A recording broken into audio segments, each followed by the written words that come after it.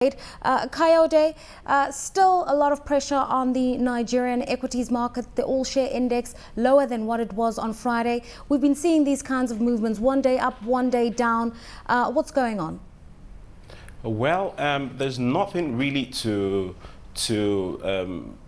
break the trends as it is right now. Nothing happened, and you would know that about 70% of the market in Nigeria is driven by the banking sector. Yeah. And today, there are no additional accounts or any result released, during the past week. But we expect that this week, Access Bank is going to release a result, and you will see it in the types of volume that was driven in Access Bank. There were a few banks that also did a lot of volumes today. UBN, that's Union Bank of Nigeria, a little bit of FCMB and Fidelity Bank. So if things are not being driven, there are not so much demands for the banking stock, you will not see a radical change, except you see in other sectors, probably in the petroleum sector or in the food and beverages, the people that have high capitalization, a change in probably a new account. You mentioned that the banking index dominates the general equities market in Nigeria, and we know that in the last week the banking index lost the most, followed by insurers. Now, without focusing on any particular stock, what's your sense? Because we've seen quite a lot coming out of the CBN by way of reforms, by way of setting up the asset management company, interventions on governance at the Nigerian Stock Exchange to just improve on the profile of governance. Why are we not seeing a better performance here? Well, if you look at what also, about 50% of the trades in Nigeria, in the past 1 year was done by the international market. Right. Now, the international market depends, to a large extent on, the information that come as a nation. There was the issue of the Nigerian Stock Exchange about 2 weeks. There was also, over the past year, the banking industry and the various policies that comes out of the CBN, the formation of the AMCOM bill, which in its entirety, apart from the bill that we have, we don't have absolute clarity, because if you look at that bill, you would see in the bill issues of eligible asset, eligible financial institution, and a few things that we need to clear out for people to know the specific direction that we're going. So I think the international market and the local market are having the sense of the direction, some clarity before we start throwing a lot of money into the market. Let's talk about Owando. Stories making headline news in Nigeria's business day today is that Owando will be selling 48% of its stake in Owando Marketing, the company clearly needing to draw a distinction between its upstream and downstream business and focusing and growing on its oil exploration facilities. How's this going to impact on shareholders?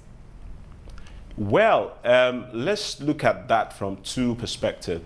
And the first perspective will be, from the business sense for the company itself. And we now talk about the shareholders. Now, if you look at it, they generate income from the exploration and production, from their gas, and power, from supply and trading, from marketing. Now, if you look at that in terms of turnover, you see that the highest turnovers that they generate is from the supply and trading and the marketing. Last year, about 12 billion was done, about 3% of turnover from the E&P. But you would see that the bulk of the profit comes from the E&P. Now, I think it is rational for you to spend more of your time and energy on the business that gives you about 60-something% of the income of the revenue that directly goes to the income. So for them to want to divest from a business sense, I think is absolutely fantastic. It's long coming. Thank God it's here for them. I think they can focus on things that generate more income for them. Now, for the shareholders, I think is a fantastic thing. They get to focus, and I think if the management, put a lot of their energy to drive the E&P, they can, generate more revenue and income for the company. Now, for the marketing, it is about 2 to 4%. Profit margin on the marketing side. So if they divest it and use the money to do other things in the ERP, I think is fantastic. All right, let's talk about another company that's had very good response to the launch of its bond, UPDC, with a 5-year bond. It's the first stock outside of the banking sector to try to raise some money, a property development company. The bond issue opened, closed last week, oversubscribed. They've been able to raise money for a 5-year bond. What do you make of this particular issue, the pricing of the bond, and what it means for the development of a corporate bonds market in Nigeria?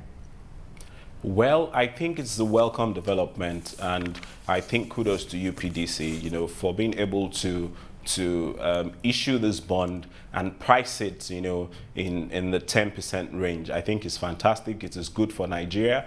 Again, I'll look at it from two perspectives. For the company itself, refinancing some of the short-term debt, which is about 14 billion, and putting about 56% or thereabout of the total amount that is raised, to focus on appropriate financing. I mean, the 5-year tenor debt instrument as against the 2-3 years that they have on their books. I think it's going to make the balance sheet more efficient and more money in terms of profitability to the shareholders. Now, on the pricing, it was totally oversubscribed, almost 300% oversubscribed. And you will note that if you look at in Nigeria right now, the money market, the rate at which people put in money at the bank, and if you look at the FGN bonds as well, you see that at 10%, it looks like a good investment. And the PFAs and other asset managers, who also are guided either by their trustee in the terms of the ratios at which they invest in